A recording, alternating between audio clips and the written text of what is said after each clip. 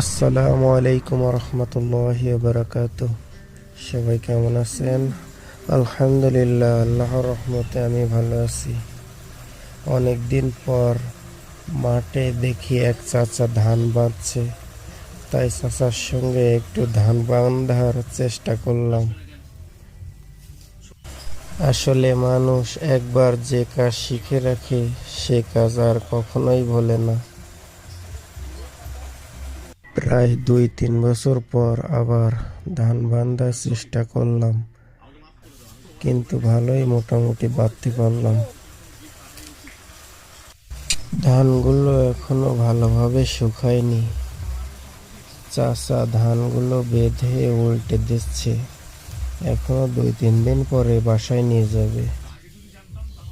আমি আমার শ্বশুর বাড়ি গিয়েছিলাম, মাঠের মধ্যে ঘুরতে গিয়েছিলাম। সেখানে দেখি যে চাচা ধান বাঁধছে, তাই একটু ধান বাঁধার চেষ্টা করলাম।